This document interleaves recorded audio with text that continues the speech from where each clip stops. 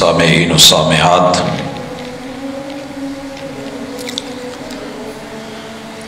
اللہ الرحمن نے خود کو غنی بنایا ہے اور کسی کا محتاج نہیں رکھا۔ اللہ کی صفتوں میں سے ایک بہت بڑی صفت یہ ہے اللہ الصمد، کہ ہمارا رب بے نیاز ہے، اور جتنی بھی مخلوقات بنائی ہیں ان سب کو ضرورت کے ساتھ جوڑ دیا ہے، وہ محتاج ہیں۔ اللہ کی ذات غنی ہے۔ یا ایھا الناس انتم الفقراء الی اللہ، تم سارے فقیر ہو، تمہارا رب غنی ہے، بے نیاز ہے، ضرورت توڑ دیتی ہے غرور بے نیازی کو، نہ ہوتی حاجت تو ہر بندہ خدا ہوتا۔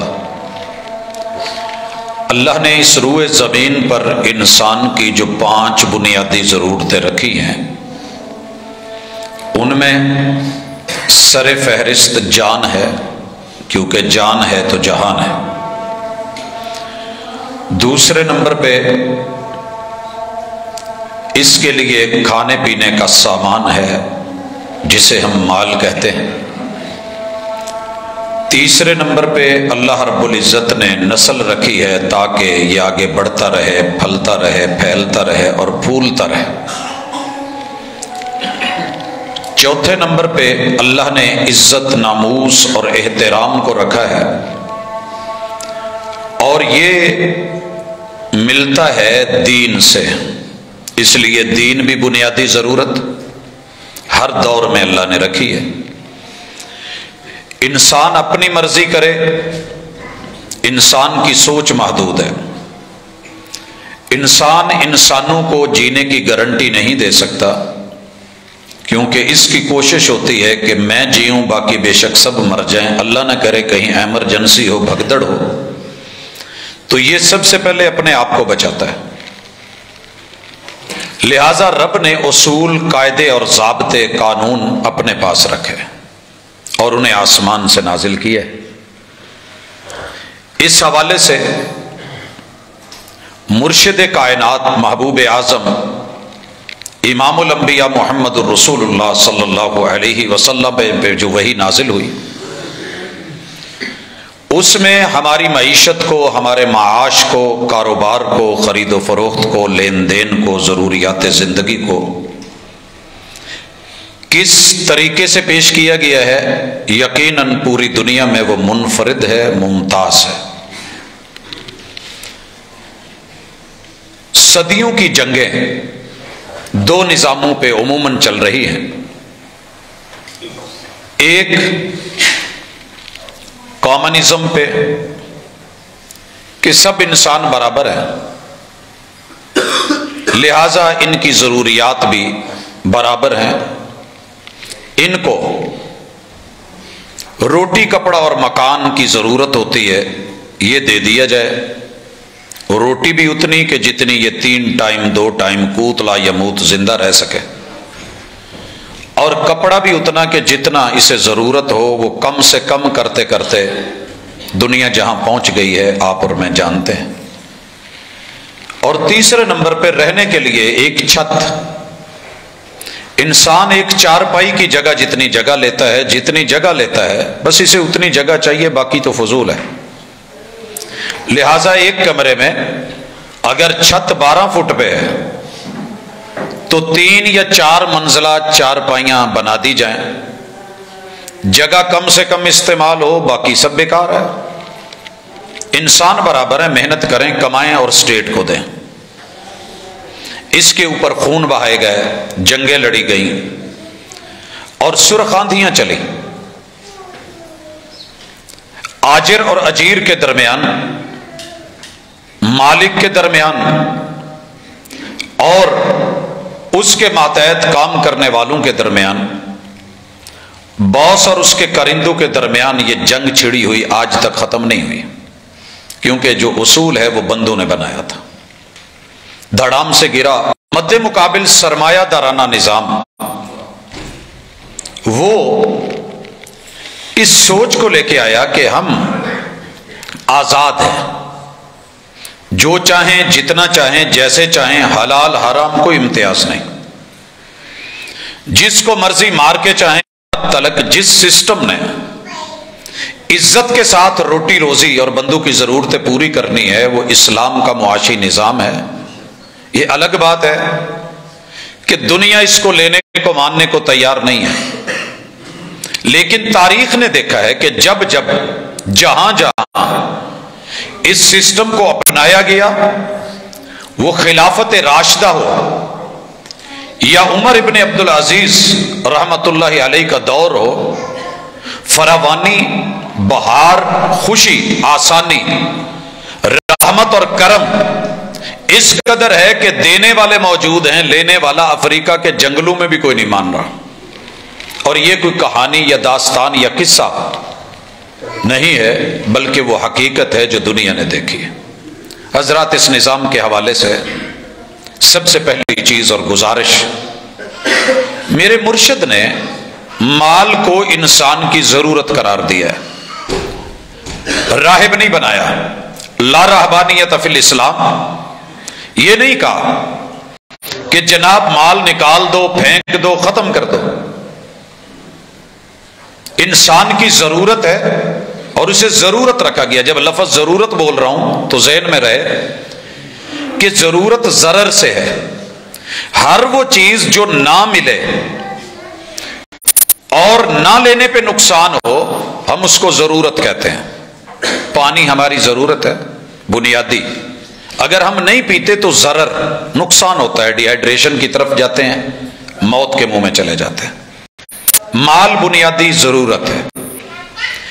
اب سوال یہ ہے کہ اسے لیا کہاں سے جائے؟ اللہ نے آسمان سے رزق کو اتارا اور اسے زمین سے جوڑ دیا۔ سب سے پہلے وہ چیز جو غلے، اناج، سبزیوں اور باغات کی شکل میں اللہ رب العزت زمین سے پیدا کرتے ہیں، اسی طرح وہ چیز جو زمین کے اندر پہلے لوگ مال دفن کر گئے، انہوں نے وراثت نہیں دی، تقسیم نہیں کیا، سنبھال کے رکھا تھا، لیکن وہ مال وقت کے ساتھ، حالات کے ساتھ، وہ دفینہ، وہ رکاز ان کے ساتھ وفا نہیں کر سکا، یہ لوگ مر گئے، حالات، زلزلے جو بھی ہوا، مال دب گیا۔ یہ اگر ملتا ہے تو اس کے استعمال میں لانے کا طریقہ شریعت نے بتایا۔ اسی طرح زمین میں چھپی ہوئی معدنیات، سونا، چاندی، دھاتیں، تیل، دیگر ذخائر، اور پھر اس زمین سے پیدا ہونے والے وہ معاملات اور وسائل کہ جن پہ تجارت ہوتی ہے، یا انسان زمین پہ فیکٹری لگا کے دیگر چیزیں کر کے اس سے کماتا ہے، اور ایک وہ چیز کہ انسان اس زمین پہ جن جانوروں کو چراتا ہے، کھلاتا ہے، پلاتا ہے، پالتا ہے، تو شریعت نے موٹے موٹے یہ مال کے جو ذرائع ہیں ان پہ بات کی ہے۔ پہلا اصول یہ دیا ہے کہ اپنی ضرورت کو ضرورت رکھنا، ضرورت رب کلی والے فقیروں کی بھی پوری کر دیتا ہے، اسے خواہشات میں نہ بدلنا، کیونکہ مال کی خواہش انسان کو دیوانہ کر دیتی ہے، باولا کر دیتی ہے۔ اور یہ مال اور بنون دنیا کی زینت ضرور ہے، مگر آزمائش بھی ہیں، امتحان بھی ہیں، ابتلا بھی ہیں اور فتنہ بھی ہیں۔ وَلَنَبْلُوَنَّكُمْ بِشَيْءٍ مِّنَ الْخَوْفِ وَالْجُوعِ وَنَقْصٍ مِّنَ الْأَمْوَالِ وَالْأَنفُسِ وَالثَّمَرَاتِ۔ کبھی رب دے کے آزماتا ہے، کبھی ان کی کمی دے کے آزماتا ہے۔ ہم نے کیا کرنا ہے؟ تو فرمایا کہ حلال کماؤ، قیامت کے دن سوال ہوگا ان مالہ من این اکتسب، تیرے کمانے کے ذرائع کیا ہیں؟ ذریعے کے اوپر وسائل کو پانے کے طریقہ کار پہ اسلام نے بڑی عمدگی کے ساتھ بات کی ہے. کہا کہ محنت کرو، اور جو محنت کرو گے تو رب تمہاری محنت رائے گا نہیں کرے گا. حلال طریقے سے کماؤ، اس میں دھوکہ نہیں ہو، غرر نہیں ہو، فراڈ نہیں ہو، ڈاکہ نہیں ہو، چوری کر کے نہیں لیا جائے، لوگوں کو دھوکے کے ساتھ 2 نمبری کر کے پیپر ورک کر کے مال مت کمایا جائے، چرایا مت جائے، ڈاکو بن کے مت چھینا جائے. یہ سارے ذرائع کے ساتھ جو حرمت کی راہیں تھی وہ دکھا دی کہ ملاوٹ بھی نہیں کرنی، ملاوٹ بھی نہیں کرنی، جوئے سے نہیں کمانا کہ آسان طریقے سے بیٹھو، لاٹریاں نکالو، گھٹنے پہ گھٹنا رکھو، آلتی پالتی مارو، مزے سے بیٹھو. مال کے اوپر ادھار دے کے پرافٹ نہیں لینا، کیونکہ آپ سائلنٹ پاور بن کے، خاموش ایک حصہ بن کے پیسے پہ پیسہ کما رہے ہیں، اور دوسری طرف ایک ضرورت مند آپ سے لے رہا ہے، تو سود ہے، حرام ہے. تجارت کرو، بتا کے دکھا کے. خریدا ہوا مال کوئی نقص ہو تو پہلے بتاؤ، اگر کوئی پرابلم نکل آتی ہے تو واپسی کا امکان رکھو.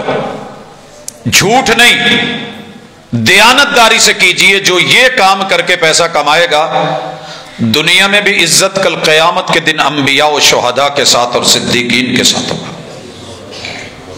حضرات موٹے موٹے طریقے بتائے. حلال چیزوں کا کاروبار کرنا ہے، اور پھر جو پیسہ کمانا ہے وہ بھی حلال ذرائع سے کمانا ہے.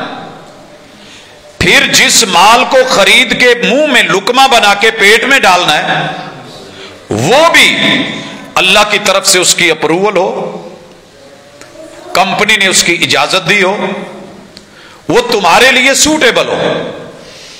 پھر اس کو لقمہ بنانا ہے اور کھانا ہے. اگر عبادت میں بھی استعمال کرنا ہے تو مال حلال. یاد رکھیے، اگر حرام کمایا گیا ساری عبادتیں، ساری ریاضتیں، ساری دعائیں، مسافر کی دعا اللہ رد نہیں کرتے، بندہ سفر پہ ہے. دعا کے آداب میں ہاتھ اٹھانا ہے، اور یہ ہاتھ اٹھا کے اونچے اونچے ہاتھ کر کے یوں کہہ رہا ہے یا رب یا رب. اللہ کے ذاتی صفاتی نام لے کے مانگنے سے بھی رب جو ہے وہ دعا رد نہیں کرتے. یہ رب کے نام لے رہا ہے، اسماء الحسنی سے مانگ رہا ہے. لیکن مسئلہ کیا ہے؟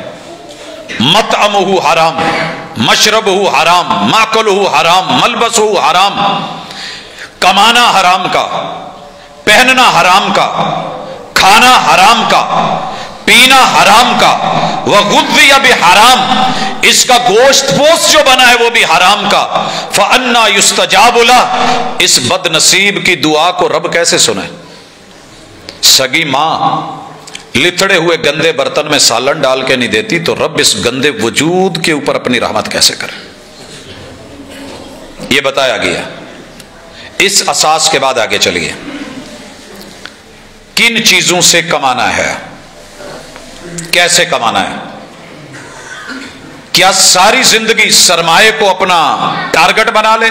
فرمایا نہیں، اتنا کما جتنا یہاں رہنا ہے.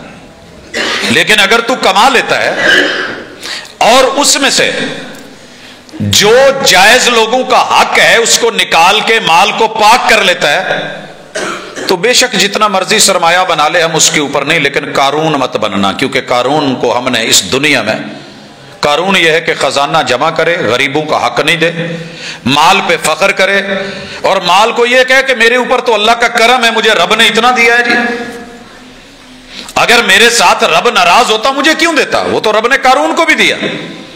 اور پھر نمائش اور اکڑ، فخر اور غرور اور تکبر اور میں آ جائے تو یاد رہے کہ اللہ نے جب وہ مال لے کے اور خزانے کی چابیاں لے کے نکلا تھا تو بڑے سارے لوگوں نے تمنا کی تھی کاش ہماری بھی کمائی اتنی ہوتی، دولت اتنی ہوتی.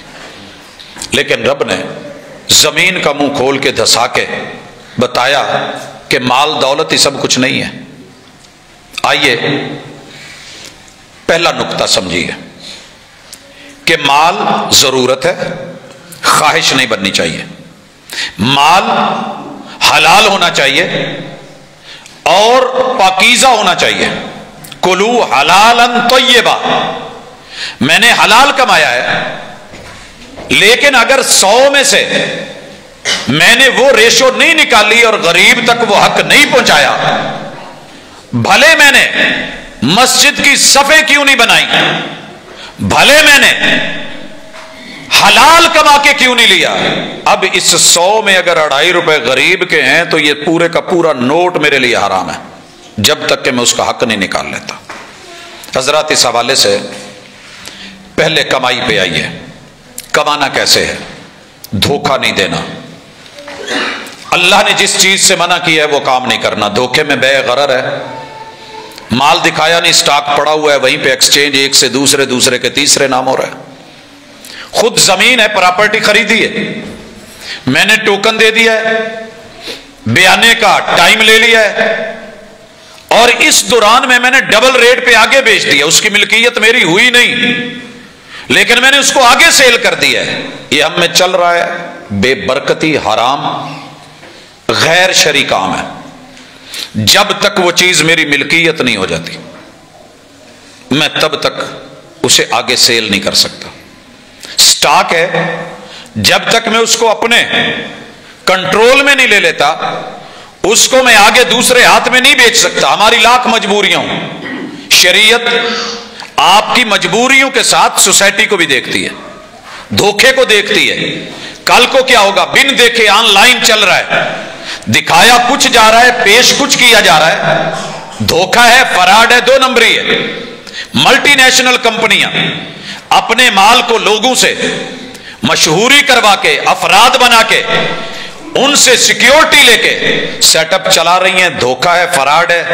مال بٹورا نکل گئے، کسی کو ملا کسی کو نہیں ملا. اس نوعیت کے جتنے بھی کام ہوں گے، بانڈز ہیں، لاٹریاں ہیں، ایزی وے جو ڈھونڈے ہوئے ہیں، جوا ہے، حرام ہے. محنت کیجئے، تجارت کیجئے، مال بنائیے، جانور پالیے، چرائیے. دفینہ ملتا ہے، رب کا شکر ہے. آپ کو حلال ذرائع سے چلنا ہے. تو سب سے پہلے آئیے، میں حلال کمانے کے لیے میں نے کھیتوں کو پانی دینا تھا، میں کنواں کھود رہا تھا. کنواں کھودتے ہوئے مجھے نیچے سے دیگ مل گئی. دیگ میں سونے یا چاندی کی اشرفیاں ہیں، کوئی پرانے زمانے کے سکے، جینون دھات ہے. اب میں اس کو کیا کروں؟ حکومت نے اگر قانون بنایا ہے کہ خزینہ اور دفینہ حکومت کا ہوگا تو یہ حکومت ذمہ دار ہے. محمد رسول صلی اللہ علیہ وسلم نے کہا اگر کسی کو یہ مال مل جاتا ہے تو یہ مال آپ کے لیے اللہ کی طرف سے رحمت اور کرم اور عطا ہے، لیکن اس میں سے آپ نے 20واں حصہ نکال دینا ہے. 120%. مثلا اگر 100 روپے ہیں تو ہر 100 کے بعد آپ نے 20 روپے دے دینے ہیں. یہ آپ کے لیے حلال ہے، یہ آپ کے لیے حلال ہے. اسی طرح اگر مال آپ نے اللہ کی زمین پہ کھیتی باڑی کری ہے اور زراعت سے وابستہ ہوئے ہیں تو پھر آپ کے لیے یہاں جو آپشن ہے وہ نوٹ کر لیں. پہلا، اگر آپ بارانی زمین ہے، بس بیج پھینکا ہے، بارش ہوئی ہے، طبی طور پہ قدرتی ہو گیا ہے، جیسے بکر لیا کے چنے، چھولیا ہے ہمارے پاس آتا ہے، تو کہا کہ یہ بڑی آسانی سے کمائی گئی ہے، آپ نے 10% دینا ہے. 10واں من، ہر 10 من کے بعد 1 من، 100 کے بعد 10 من آپ کا، اسے ہم عشر کہتے ہیں. اگر آپ نے محنت کی ہے، ٹھیکے پہ لی ہے، بٹائی پہ لی ہے، مزاربت پہ لی ہے، خرچے کیے ہیں، کھادے ہیں، سپرے ہے، تو سارے خرچے نکال کے جو بچے گا اس میں سے آپ نے 20واں من دینا ہے. اسے ہم کہتے ہیں 5%. 20واں من، 100 کے بعد 5 من آپ دیں گے، 5% آپ کا ہو گیا. اگر کام اگلا ہے کہ آپ کاروبار کر رہے ہیں، پروڈکشن پہ ہیں، کماتے ہیں، خریدتے ہیں، لیتے ہیں، دیتے ہیں، ملکوں کے سفر، شہروں کے سفر، دیگر معاملات، راستے میں چیزوں کے ضائع ہونے کا ڈر، حادثے کا ڈر، چوری کا ڈر، لٹیروں کا ڈر، تو پھر کہا ہے کہ ہم 100 کے پیچھے صرف 2.5% لیں گے. اپنے خرچ اخراجات نکال کے آپ نے اس میں سے 2.5% دینا ہے. لیکن ایک اور شرط بھی ہے، وہ ہے کہ آپ کا مال سوائے فصل کے، غلے کے یا سبزیوں اور پھلوں کے، باقی جو 3 مال ہیں جن میں آپ نے جانور، پالتو نہیں، پالتو جانور پہ کوئی زکوٰۃ نہیں، آپ نے ریوڑ لیے ہیں، پہاڑوں پہ چرائے ہیں، وادیوں میں چرائے ہیں، پانی جو ہے وہ قدرتی چھپڑوں جوڑوں سے پی لیتے ہیں، ندی نالوں سے استعمال کرتے ہیں، ان کے اوپر آپ کی زکوٰۃ ہے مخصوص. لیکن جب سال گزرے اور نصاب پورا ہو، میں آ رہا ہوں اس طرف کہ جانوروں کا سال اور نصاب کیا ہے. اگر آپ نے تجارت کی ہے تو تب بھی سال گزرنا ضروری ہے اور مال کا ایک لمٹ تک پہنچنا ضروری ہے، پھر زکوٰۃ ہوگی، وگرنہ زکوٰۃ نہیں ہے. تیسری چیز، آپ نے غلے کی شکل میں اگر کچھ فصل کاٹی ہے تو اس کا سال ویٹ نہیں کیا جائے گا. وَآتُوا حَقَّهُ يَوْمَ حَصَادِهِ، جس دن کٹائی ہوگی، فصل اٹھائی جانے لگے گی، وہیں پہ اٹھانے سے پہلے، گھر لانے سے پہلے، مارکیٹ بھیجنے سے پہلے اس کا حق الگ کر کے اللہ اور اس کے رسول صلی اللہ علیہ وسلم جو بھی مقرر ہے وہ آپ دے دیں گے. معدنیات ہیں، سونا چاندی ہے، یہ ساری چیزوں کے اوپر اگر آپ نے یہ اس کا حق نکال دیا ہے. مال ایک ہے کہ آپ جنگ لڑے ہیں، مال غنیمت ہے، مال فے ہے، اس کا جو خمس ہے اللہ اور اس کے رسول کے لیے ہے، باقی بیت المال، مجاہدین، دیگر مصارف زکوٰۃ کن کن کے ان پہ ہم انشاءاللہ بات کریں گے. لیکن معاشی نظام میں انسانوں کی معیشت کو برابر رکھنے کے لیے اللہ نے پہلا اصول بنایا کہ ہم ہر بندے کو اپنی مرضی سے ایک مخصوص مقدار میں دیتے ہیں. اگر سب کو برابر دے دیتے تو دنیا کا سسٹم نہ چلتا. پھر گاڑی کے اندر کون بیٹھتا، نیچے کون اترتا، پنکچر کون لگاتا، مکینک کون ہوتا، پھر سارے چودھری ہوتے، پھر دنیا کے سسٹم نہ چلتے. ہم نے ضرورتیں رکھ دی ہیں. امیر کی ضرورت یہ ہے کہ وہ غریب کا محتاج ہے، غریب کی ضرورت یہ ہے کہ وہ امیر کا محتاج ہے. لیکن ہمارا نظام معیشت یہ ہے کہ ہم کاروبار بڑوں سے کروا کے، پیسہ بڑوں کو دے کے، ان کے پیسوں کے اندر غریب کی ضرورتوں کو رکھ کے ہم بات چلاتے ہیں. اب ہیں غریب کس نوعیت کے؟ غریب 2 طرح کے ہوتے ہیں. ایک وہ ہیں کہ جو غریب ہیں مگر کما نہیں سکتے، بچے ہیں، پگلے ہیں، بوڑھے ہیں، ان کو آپ کوئی کام کروا بھی دیں تو یہ کام نہیں کر پائیں گے. بالکل بیمار ہے، مریض ہے، کچھ کرنے کے قابل نہیں، بزرگ ہے، عمر رسیدہ ہے، بچہ ہے، یا اسی طرح کوئی پگلا، دیوانہ، مجنوں، سائیں مست ہے کہ اگر اس کو کچھ دیا تو ضائع کر بیٹھے گا. ان کو زکوٰۃ سے لائف ٹائم دیا جائے گا، اور یہ اسلام کی خوبی ہے. کچھ ایسے غریب ہیں کہ جن کو اگر سامان لے دیا جائے، کاریگر ہے، اوزار نہیں ہے، زکوٰۃ کی مد سے اس کی مدد کر دی جائے، اس کو دے دیا جائے، کسی کے ساتھ جوڑ دیا جائے.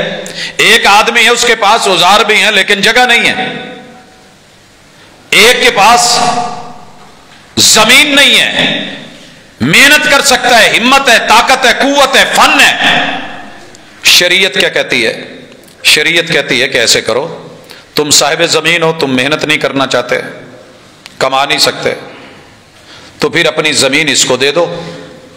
زمین کے اوپر محنت کدو کاوش وہ کرے گا، جتنا پرافٹ ہوگا وہ مقرر کر لو. اگر دونوں مل کے کر سکتے ہو تو اس کو ہم مشارکت کہیں گے. دونوں مل کے 10 پہلیاں میری ہیں، 10 آپ کی ہیں، محنت مل کے کرتے ہیں, بیج شیج دیگر کام کاج اکیلے بندے سے نہیں ہوتا, اور جو پرافٹ ہوگا وہ آدھا آدھا, نقصان ہو گیا تو بھی تقسیم, مشارکت. ایک بندہ کہتا ہے جی میرے پاس زمین ہے لیکن میں نہیں جانتا کاشتکاری کیا ہے, دوسرا کہتا ہے جی میں ماہر ہوں کاشتکاری کا, تو آئیے مزاربت کر لیں, بٹائی پہ آ جائیں. اسلام نے بڑا خوبصورت سسٹم دیا. مدینے والے زمین رکھتے تھے, مکے والے ہجرت کر کے آئے تھے, حضور علیہ الصلوۃ والسلام نے مزاربت پہ ان کا کام دے دیا کہ میری محنت ہوگی, آپ کی زمین ہوگی, پرافٹ ہوا تو جو ریشو مقرر کر لیں گے برابر برابر 50-50, آدھا آدھا, یا جو ہے 60-40 کی نسبت یا 70-30 کی نسبت, جو بھی ریشو مقرر ہو گئی. اگر پرافٹ ہوا تو ویسے تقسیم, دونوں کا فائدہ. اگر نقصان ہو گیا زمین والے کا, زمین میں سے معاملہ گیا اور محنت والے کی محنت گئی, پیسے والے کا. اور اگر پیسے میں مشارکت اور مزاربت ہے تو پھر بھی یہی چیز ہے, میرے پاس پیسہ ہے لیکن میں فن نہیں جانتا, دوسرا فن جانتا ہے, کاریگر ہے, ہم مزاربت پہ کام کر لیتے ہیں, الحمدللہ جائز ہے, حلال ہے. لیکن اگر میں زمین کو ٹھیکے پہ دے دیتا ہوں, جیسا کہ ہمارے یہاں چل رہا ہے, بھائی کچھ ہو یا نہ ہو مجھے ایڈوانس 1 لاکھ روپیہ ایکڑ کا جمع کروا دیں, آپ کاشت کریں, حالات بگڑ جائیں, فصل ہو آپ ڈبل ٹرپل کما لیں, نہ ہو آپ کو کچھ بچے نہ بچے, میں نے زمین کا رینٹ لینا ہے, منع کر دیا گیا, دھوکہ ہے. باغ کی فصل تیار ہے, میں خرید لوں, جائز ہے میرے لیے. کچا باغ, بعد میں آندھی آ جائے, آم سارے گر جائیں, دھوکہ ہے, منع کر دیا گیا. حضرات ہر وہ چیز شریعت نے, کپڑا بغیر دیکھے کہ اندھا پھینکا گیا, یہ اتنا ہے, بولی لگی تیری ہے, کہا نہیں پہلے دیکھا جائے, اس میں کوئی کمی بیشی تو نہیں, کوئی اونچ نیچ تو نہیں, دھوکہ نہیں. مزاربت, مشارکت, جائز طریقے, محنت, عزت, دوسرے کا لحاظ, اس کے بچوں کا خیال کرنے کے بعد جو مال جمع ہو جائے. پہلے نمبر پہ جس مال نے ہمارے پاس آنا ہے, میں آغاز کرتا ہوں اللہ کا نام لے کے اس میں سے. اگر ہم جانوروں کو لے لیں, بڑی ساری دنیا جانور پالتی ہے, انسانی ضرورت ہے گوشت, پروٹین, تو ان جانوروں میں سے پالتو جانوروں کے اوپر زکوٰۃ نہیں ہوگی. کاروباری نوعیت میں اگر میں نے پروٹین فارم بنا رکھے ہیں, میں نے اونٹوں کے فارم بنائے ہوئے ہیں, مویشیوں کے فارم ہیں, میں نے سال کے بعد ان کو کھلانے پلانے کے بعد منڈی میں لا کے عید پہ بیچنا ہے, ویسے بیچنا ہے, تو یہ میرا تجارتی مال ہوگا اور اس پہ 2.5% ہوگا. جو جمع خرچ کر کے ان پہ جو لگا ہے وہ نکال کے, کرائے نکال کے جو مجھے بچت ہوئی ہے اس کو میں دیکھوں گا کہ 1 سال اور نصاب 7.5 تولے سونا کے برابر یا 52 تولہ چاندی کے برابر جو ہے پہنچتا ہے, تو میں اس کی زکوٰۃ جو ہے وہ پے کر دوں گا, وہ اس کی یہ شکل ہوگی. لیکن اگر میں جانور چرا رہا ہوں, ریوڑ ہے, پالتو نہیں ہے, سائمہ ہے, چراگاہوں میں ہے, اور قدرتی چرتے ہیں جیسے بکروال, وہاں سے پہاڑوں سے شروع ہوتے ہیں اور اترتے ہیں, پھر یہاں سے چڑھتے ہیں اور آگے جاتے ہیں, ایسے جانوروں میں اللہ رب العزت نے جو زکوٰۃ رکھی ہے 3 طرح کے جانور ہیں. اونٹ, گائے بھینس کی نسل, اور بکری بھیڑ دمبے کی نسل. اس میں صرف اشارہ کرنا چاہوں گا کیونکہ وقت کم ہے, آپ احباب اس پہ ذرا باقی تفصیل چاہیے ہو تو مل جائے گی. 5 سے 9 تلک اگر اونٹ ہیں تو پھر بکری 1 لگے گی, 1 سے 4 اونٹوں پہ کوئی زکوٰۃ نہیں. اس کے بعد 10 سے لے کے 14 تلک 2 بکریاں, 15 سے 19 تلک 3 بکریاں, اور 20 سے لے کے 24 تلک 4 بکریاں. اور اگر پھر اس سے زیادہ ہو جائے 25 سے 35 تلک, تو اونٹوں کی جو بچے ہیں یا جانور ہیں یا ان کی عمریں ہیں, 1 اونٹنی ہوگی جو 2 سال کی ہے, اسے بنت لبون کہتے ہیں.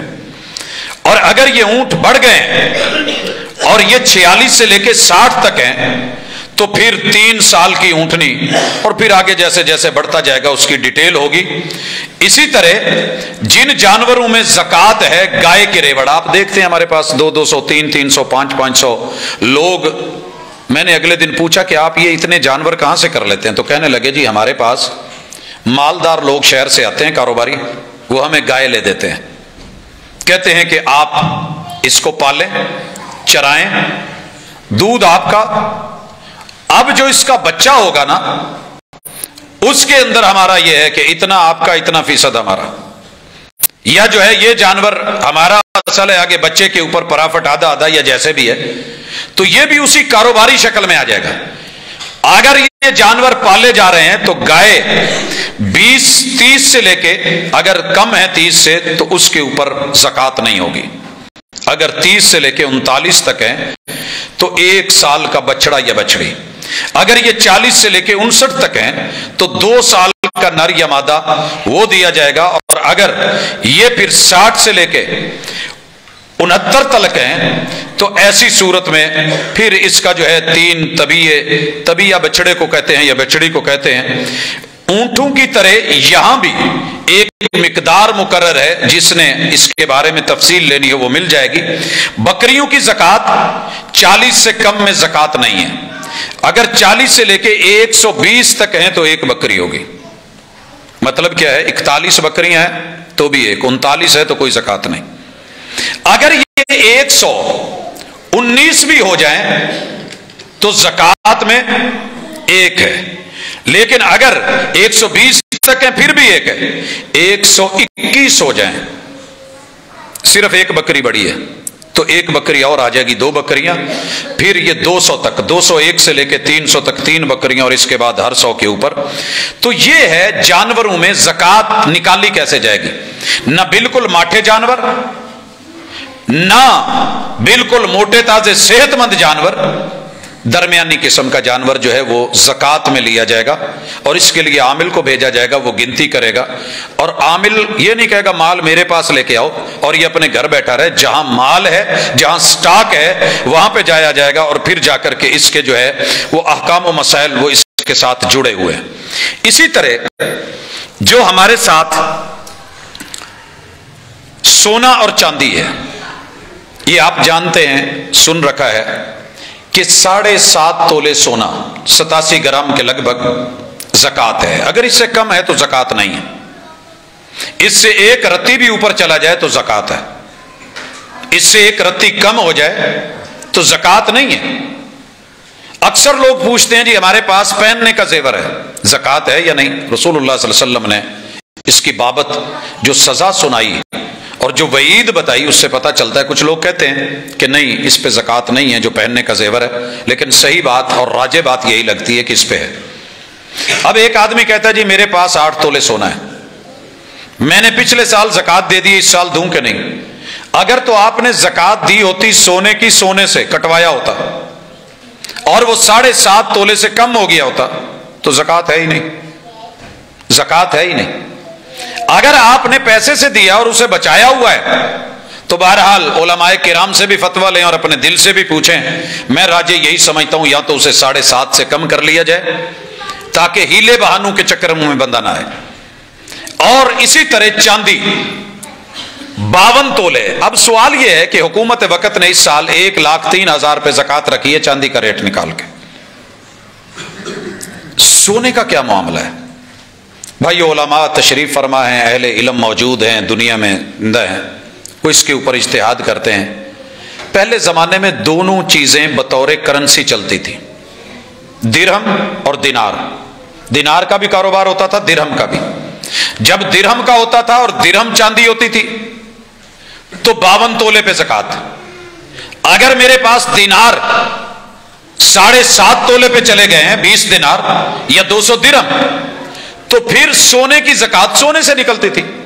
آج چاندی رائج الوقت سکہ نہیں ہے، یہ میری اپنی سوچ ہے، واللہ تعالی اعلم۔ رائج الوقت سکہ ہمارے پاس اس وقت سونا ہے جو ہمیں رسید اس کے بدلے میں دی جاتی ہے کہ اتنا سونا میرا بینک میں پڑا ہے اور عند المطالبہ مجھے جو ہے وہ بینک دولت پاکستان دے گا۔ تو لہٰذا جب یہ ہے تو زکوٰۃ کو بھی اسی بنیاد پہ رکھنا چاہیے، باقی میرا رب جانتا ہے. اگر کوئی محبت سے اور پیار سے چاندی کے پہ دیتا ہے تو شریعت میں موجود ہے، دینا چاہیے، اچھی بات ہے، تاکہ غریبوں کو تھوڑے کے اندر دے کے بھی ملے. اور میں نے اس میں والد صاحب کی مثال کئی مرتبہ دی ہے کہ سال کے بعد ان کا اگر چاندی کا بھی نصاب نہیں ہوتا تھا، مثلا 60,000 روپے ہیں، ایک دفعہ میں نے نوٹ کیا 60,000 روپے ہیں، تو کہنے لگے یار اس کی زکوٰۃ نکال دیں. میں نے کہا جی نصاب کو نہیں پہنچ رہا. کہتے بات نصاب کی نہیں ہے، بات ہے کہ رب نے مجھے دیا ہے، میرے پاس پڑا ہے، اس کی زکوٰۃ نکالو جتنی بنتی ہے. تو اگر آپ دینا چاہتے ہیں، بے شک وہ نصاب کو نہیں بھی پہنچا، وہ آپ کی محبت ہے، وہ آپ کا پیار ہے، وہ غریبوں سے آپ کا ایک تعلق ہے، اس کا اجر آپ کو صرف اللہ دے گا.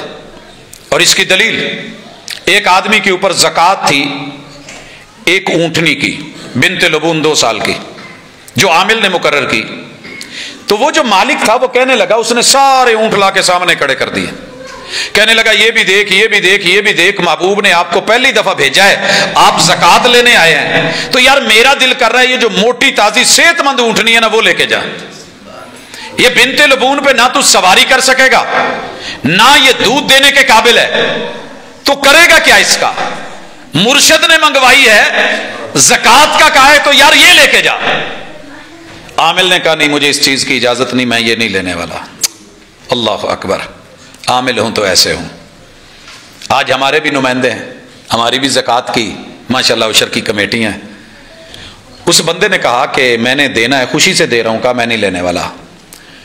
پھر پتا چلا کہ حضور کہیں قریب ہیں، تو اس نے وہ اونٹنی لی، ساتھ چلا اور محبوب علیہ الصلوۃ والسلام کے پاس آ کے سارا مسئلہ بتایا. حضور نے کہا کہ ہماری طرف سے زکوٰۃ صرف بنت لبون ہے، وہ چھوٹی، لیکن اگر آپ یہ اپنی خوشی سے دینا چاہتے ہیں تو ہم قبول کرتے ہیں، اور اس کا اجر آپ کو اللہ دے گا. لہذا جو ضروری اور فرض ہے وہ اتنا ہے کہ آپ سونے اور چاندی میں سے جو اپنے نصاب کو پہنچے، مال تجارت آپ کے پاس ہے اور وہ بچا ہوا ہے، سال بھر پڑا رہا ہے، اس کے اوپر آپ کی زکوٰۃ ہے. اگر سال سے پیچھے، مثال لیجئے بکریاں ہیں میرے پاس 40 تھی، میں نے زکوٰۃ دے دی، کتنی ایک بکری، باقی میرے پاس رہ گئی 39. اب میرے اوپر ویسے ہی زکوٰۃ نہیں. مجھے کسی نے 60 بکریاں گفٹ کر دی، ہبہ کر دی، یا میں نے کوئی کام کیا مجھے اس کے بدلے میں مل گئی. جیسے وہ صحابی دم کر کے آئے اور 30 بکریاں ملی. اب ان کی تعداد کتنی ہو گئی ہے؟ 100 ہو گئی ہے. اس میں بکری لگتی ہے. کسی نے مجھ کو بکریاں دے دی 80، تعداد ہو گئی ہے 119، کیونکہ ایک بکری پہلے نکل چکی ہے. پھر بھی میرے اوپر زکوٰۃ ایک ہے. مجھے بکریاں دے دی کسی نے 100، تعداد نکل گئی 120 سے اوپر، اور یہ 6 مہینے کے بعد، ابھی سال نہیں ہوا تھا. تو اگر سیم جنس ہے تو فقہا کہتے ہیں کہ اس میں سے بھی زکوٰۃ سال پورا ہونے کے بعد دی جائے گی، بھلے بعد والی بکریوں کو 6 ماہ کیوں نہیں گزرے. لیکن اگر جنس الگ ہے، خیر یہ ان کی الگ چیز ہے، لیکن ہمارے پاس سال کا آپشن ہے. اگر آنے والے سال میں ان پہ سال پورا ہوتا ہے، میرے پاس وہ بکریاں موجود ہیں، وہ 60 ہیں، وہ 120 ہیں، وہ نصاب کو پہنچ رہی ہیں، تو میں اس پہ زکوٰۃ دے دوں گا. باقی رہ گیا وہ مال کہ جس پہ سال گزرا تھا، میں نے زکوٰۃ دے دی، اگلے مہینے میں میرے پاس اور سٹاک آ گیا، اس سے اگلے مہینے میں اور آ گیا، کرتے کرتے پورا سال 11-12 مہینے میرے پاس سٹاک آتا رہا ہے. اس پہ کیا کروں؟ شریعت کہتی ہے کہ اگر تو آپ کے پاس مضبوط حساب ہے تو جنوری والے کی زکوٰۃ آپ جنوری میں دے دیں، رمضان ضروری نہیں ہے. فروری والے کی فروری میں دے دیں. اگر نصاب کو پہنچ رہا ہے تو آنے والے سال میں، جیسے ہم سال لیتے رہتے ہیں، ہر ماہ لیتے ہیں، ہر دن لیتے ہیں، نکالتے ہیں، آ رہا ہے جا رہا ہے، حساب رکھیے، اسی حساب سے نکالیے. لیکن اگر نہیں تو پھر اوور آل، جیسے ہم دیکھتے ہیں آج کل بینک جو ہیں وہ رکے ہوئے ہیں، کام نہیں کر رہے. اسی طرح کافی سارے دوست احباب ہم نے ان کو دیکھا ہے کہ ماشاءاللہ وہ 3-4 دن کام روک لیتے ہیں اور اپنا سٹاک جو ہے اس کو چیک کر کے اس کے بعد پچھلے سال کتنا تھا، اب کتنا ہوا ہے، دینا کتنا ہے، لینا کتنا ہے، تو اس کی وہ زکوٰۃ بنا کے نکال دیتے ہیں. ہم اپنی بھی تو چھٹیاں کرتے ہیں فوتگی پہ، دیگر مسائل میں، تو ایسے لوگ بھی ہیں. اس کے بعد اگلا معاملہ ہے کھیتی باڑی اور فصل. میں اس پہ بتا چکا، دوبارہ وضاحت کر دوں کہ فصل کی زکوٰۃ تبھی دینی ہے جب کاٹی جائے گی، تھریشر ہوگی، اٹھائے جائے گی، غلہ جات کے اوپر بالاتفاق زکات ہے جس کو سٹاک کیا. اور اس کی لمٹ کتنی ہے؟ 5 دستیاں یا 5 وسق، 20 من لگ بھگ یہ بنتی ہے. اگر اللہ نے مجھ کو فصل دی ہے 20 من، اس سے کم ہے تو نو زکات، نو عشر، نو نصف عشر، ایسا کچھ نہیں ہے، کیونکہ نصاب کو پہنچے گی 20 من اور اس سے اوپر جتنی ہوگی اس حساب سے میں اس کی زکات دے دوں گا. لیکن اگر کوئی دینا چاہتا ہے تو یہ اس کی محبت ہے.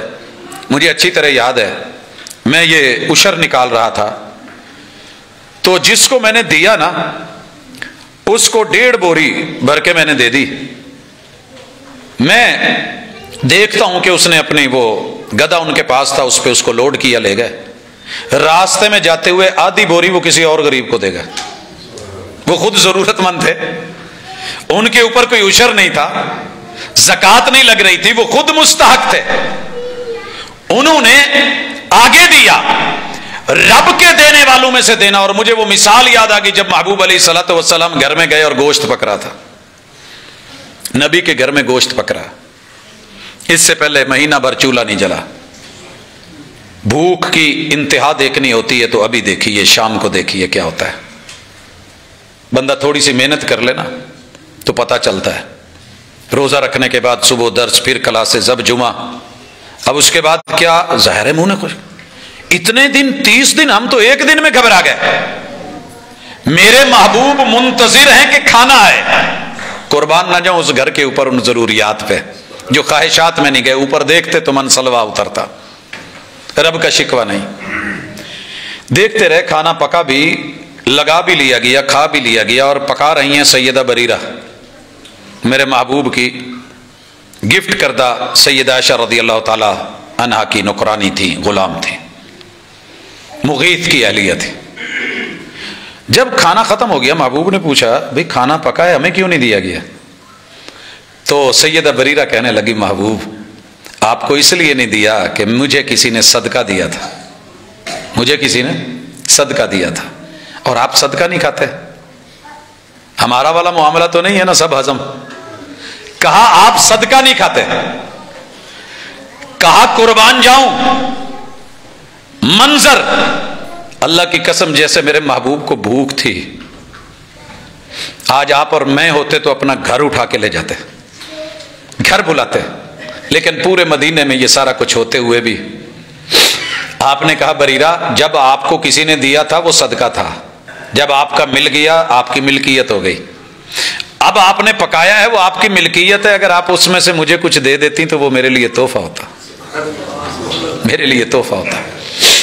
یہ تھوڑے میں سے دینا یہ دل والے دیتے ہیں، ہر بندے سے نہیں دیا جاتا. لیکن رب نے ایسے رکھا ہے. آپ کو پتا ہے صدقہ فطر ہر مرد عورت بچے پہ، حتیٰ کہ ماں کے پیٹ میں بھی ہے یا اسی دن پیدا ہوا ہے، فرض ہے، جسے ہم فطرانہ کہتے ہیں.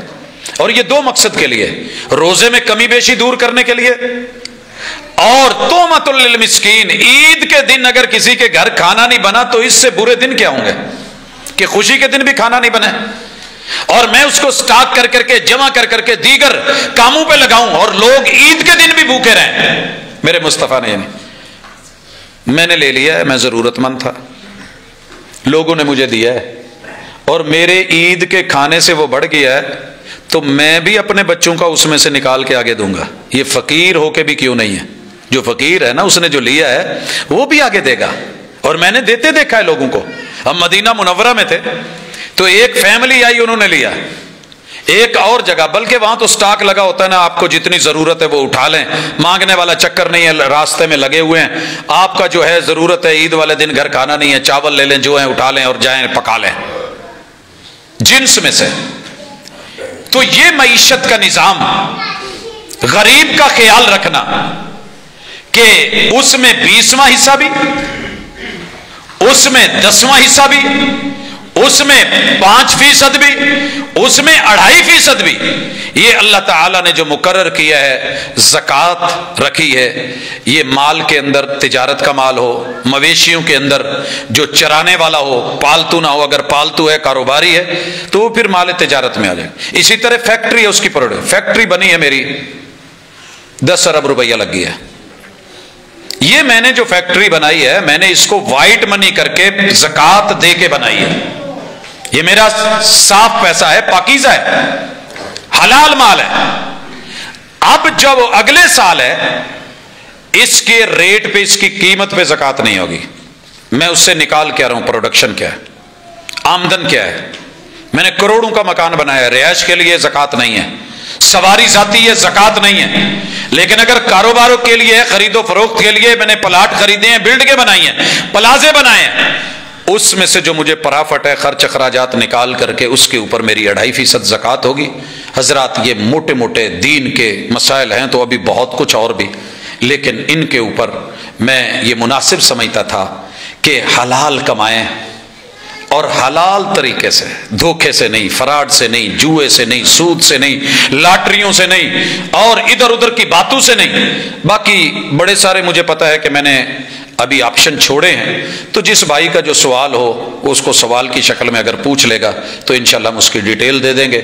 اللہ تعالی ہمارا حامی و ناصر ہو۔ سبحانک اللہم و بحمدک، اشہد ان لا الہ الا انت، استغفرک و اتوب الیک۔